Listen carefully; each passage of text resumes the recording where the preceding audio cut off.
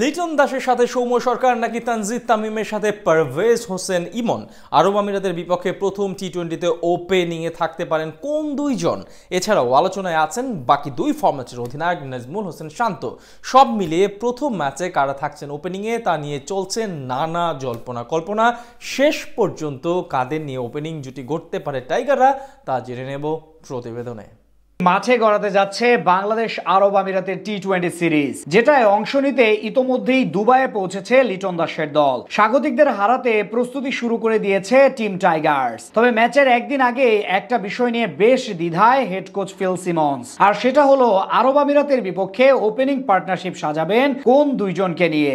আরব আমিরাতের বিপক্ষে ঘোষিত স্কোয়াডে রয়েছে 5 জন স্বীকৃত ওপেনার যারা নিয়মিতভাবে ওপেন করে থাকেন, কিন্তু এখানেই বড় দুশ্চিন্তায় রয়েছে বাংলাদেশ। তবে তাদের মধ্যে একাদশে থাকার সম্ভাবনা নেই নাজমুল হোসেন শান্তর। বাকি দুই ফরম্যাটের অধিনায়ক হলেও সংক্ষিপ্ত ফরম্যাটের সঙ্গে নিজেকে মানিয়ে নিতে পারেননি তিনি। এর আগে বিপিএল এর একাদশের সুযোগ মিলেনি তার, তাই আপাতত বিবেচনায় থাকছেন না তিনি। শান্তকে বাদ দিলেও স্কোয়াডে রয়েছেন আরো 4 ওপেনার, যাদের মধ্য থেকে 2 জনকে বেছে নিতে হবে। কাজটা মোটেও সহজ নয়, কেননা দারুণ ফর্মে রয়েছেন ওপেনাররা। বিশেষ করে তানজিদ তামিম ও পারভেজ হোসেন ইমন সর্বশেষ বিপিএলটা কাটিয়েছেন স্বপ্নের মতো, যে কারণে ধারণা করা হচ্ছে আরব আমিরাতের বিপক্ষে ওপেনিং এ দেখা যাবে না লিটন কুমার দাসকে।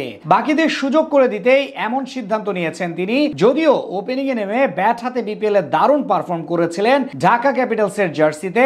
11 ম্যাচে 143.19 স্ট্রাইক রেটে করেছিলেন 368 রান। লিটন 3-এ খেললেও ওপেনিং এর জন্য বিবেচনায় থাকবেন আরো 3 ওপেনার। সেখানে এগিয়ে থাকবেন সৌম্য সরকার। সর্বশেষ বিপিএল এ ইনজুরিতে পড়ে খুব বেশি ম্যাচ খেলার সুযোগ না পেলেও টিম ম্যানেজমেন্টের আস্থা থাকছে এই ক্রিকেটারের উপর। সেই সাথে অভিজ্ঞতা বিবেচনায়ও কিছুটা এগিয়ে থাকবেন তিনি। ব্যাট হাতে অবশ্য সর্বশেষ ডিপিএলটা মন্দ কাটেনি। 15 ম্যাচে 44.33 গড়াই করেছিলেন 399 রান। সব মিলিয়ে তিনিই হবেন দলের 1 নাম্বার ওপেনার। দ্বিতীয় ওপেনারের লড়াইটা হবে দুই তরুণ ক্রিকেটার তানজিদ তামিম ও পারভেজ হোসেন ইমনের মধ্যে।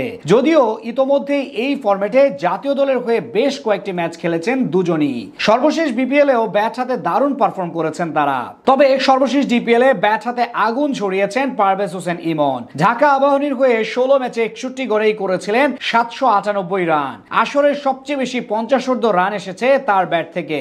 যদিও তার প্রতিদ্বন্দ্বী তানজিদ তামিমও কম যাননি। 15 ম্যাচে 134 স্ট্রাইক রেটে করেছেন 546 রান। শেষ পর্যন্ত দ্বিতীয় ওপেনার বেছে নিতে জাতীয় দলের হয়ে সর্বশেষ পারফরমেন্স বিবেচনায় আনবেন কোচ ফিল সিমন্স। সেখানে এগিয়ে থাকবেন পারভেজ হোসেন ইমন। উইন্ডিজের বিপক্ষে শেষ টি-20তে সুযোগ পেয়ে বাজিমাত করেছিলেন তিনি। ওপেন করতে নেমে 21 বলে খেলেছিলেন 39 রানের এক দারুণ ইনিংস। বিপরীতে ওই সিরিজে 3 ম্যাচ খেলে মাত্র 17 রান করতে পেরেছিলেন তানজিদ তামিম। সবকিছু বিবেচনায় দ্বিতীয় ওপেনার হিসেবে একাদশে থাকতে পারেন পারভেজ হোসেন ইমনই।